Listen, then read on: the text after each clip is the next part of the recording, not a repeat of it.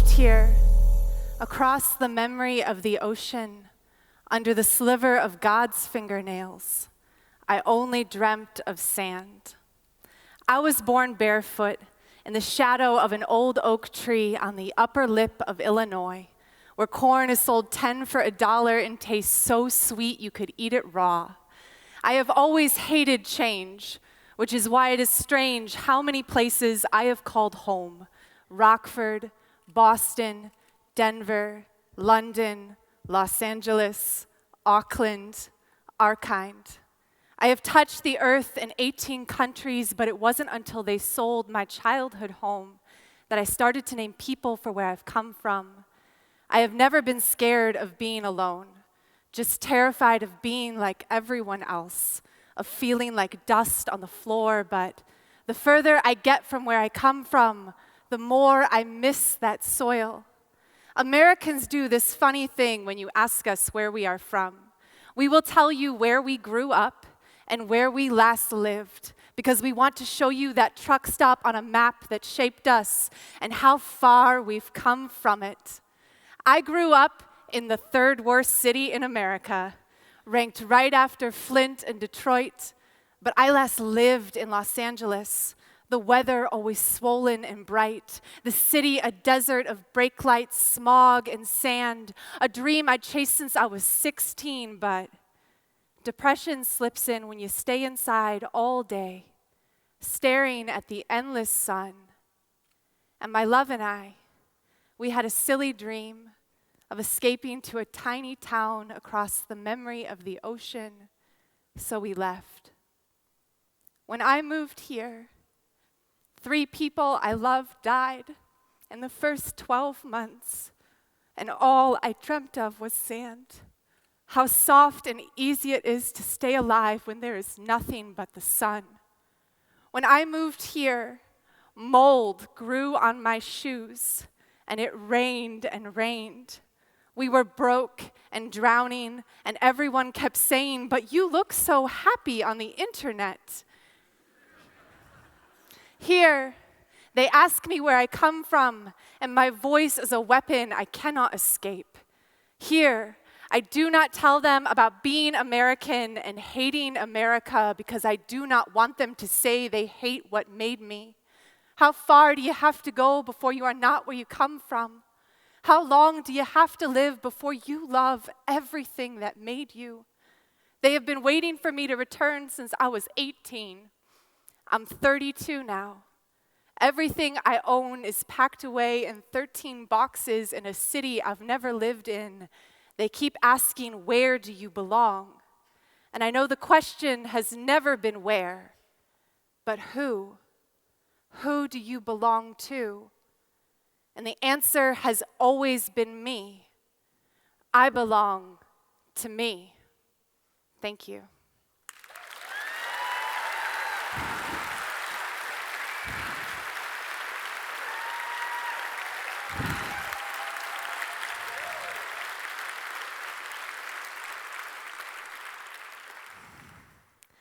I moved to New Zealand 4 years ago with 1 suitcase, a backpack, and the man I love. The first year we lived here was honestly one of the worst of my life. And there are days when I can't believe we survived. I can only imagine what my 90-year-old grandmother experienced when she left Ukraine after World War II and came to America for the first time. My grandmother is my only remaining grandparent. In my first 6 months of living in New Zealand, both of my mother's parents passed away, and I couldn't afford to fly home to their funerals. So I stayed here, and I cried, and I survived. I discovered that my grieving process requires 5 days in bed with a lot of ice cream. I discovered the unbearable pain of distance. And I discovered that writing my grief out helped me heal it. Now, if my grandmother were here, she would tell you first that I am beautiful, and then she would tell you that she can't believe the poems I create.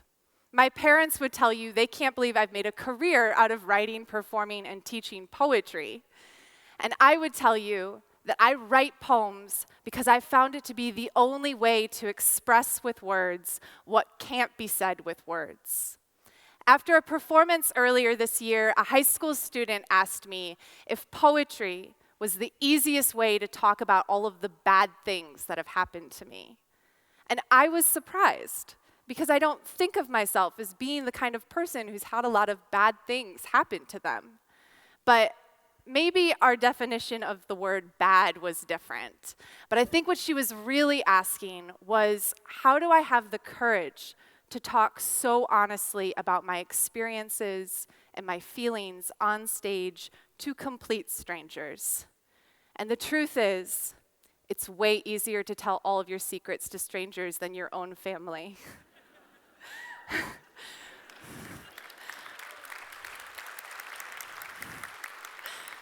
But also, the truth is, I write poetry so I can explore what it means to be honest.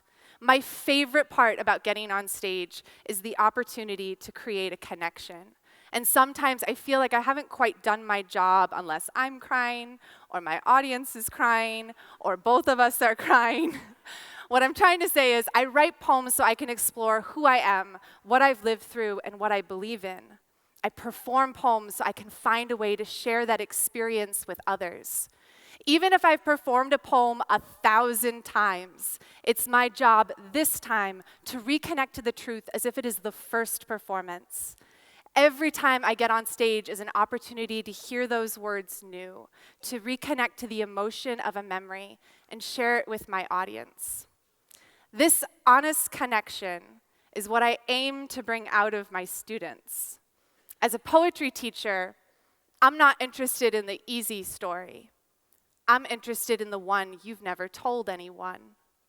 So imagine for a second that you are in my classroom. And I ask you to think of someone you no longer speak to or you have an unresolved relationship with. I want you to picture this person in your mind. And then I want you to write an open letter to this person and say everything you wish you could say to them. This is the moment someone digs into their truth. It's the moment they open up about their own story and we start to learn about the people sitting next to us. I believe poets are meant to be truth tellers, that we are the political voices of our moment. It's so easy to look back at the great artists and activists of the past and say, look how brave they were. But this is who we are meant to be now. We are meant to look at what is happening in the world, the injustices, the joy, the smallest miracles, and reflect the humanity in them.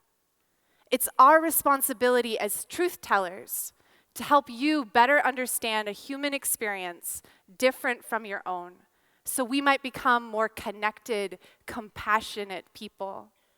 It's my job as an artist to remind you that one story, one voice, has the power to change another person's mind. This next poem is called Break the Ceiling.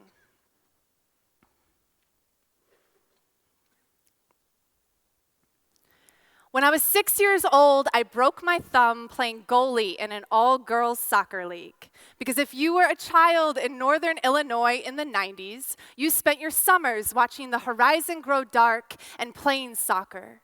For 14 years, I sweated through broken toes and bruised knees. My lungs, an anthem of yes, the sky, a bruise we swelled for. To be a girl is to play like you have something to prove. So we broke ourselves as if our bodies were pomegranates. When I was 16, I was tackled so many times in one game, I sprained both my ankles and couldn't walk the next day. One of my toes is still permanently bent from a little girl who kicked me head on while she smiled and said, "Good game." In 2019, the captains of the U.S. Women's Championship Soccer team were asked on national television if women are more polite on the field than men. Because to win as a woman is to always be reminded you are a woman. They call it women's soccer, women's push-ups, women's basketball. They ask, who's your favorite female character, female comedian, female athlete? Because to be a woman is to be gendered in everything you do. 12% of men in the UK said they thought they could score a point against Serena Williams. Because we'll call LeBron the greatest athlete of our time, but Serena will only ever be a woman, and men will still believe they can beat her. They say, you're pretty good for a girl. They say you run like a girl. They say you cry like a girl, as if to be a woman is to be soft and weak, powerless and small. The U.S. women's national soccer team scored more goals in one World Cup game than the men's team has scored in all of their World Cup appearances combined.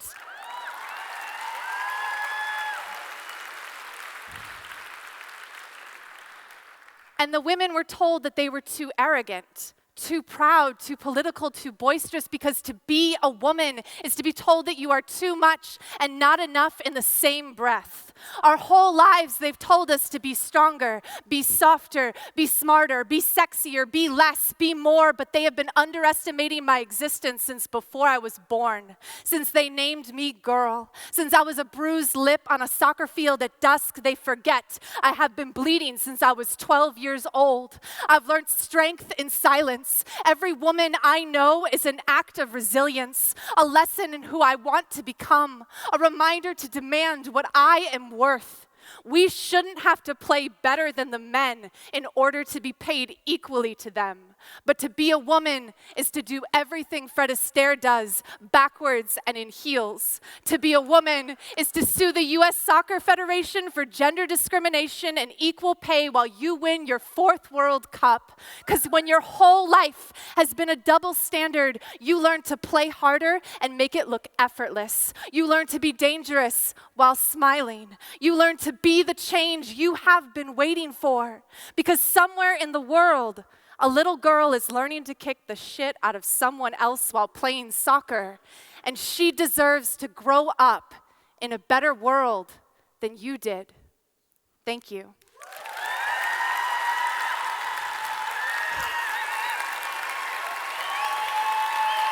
Thank you.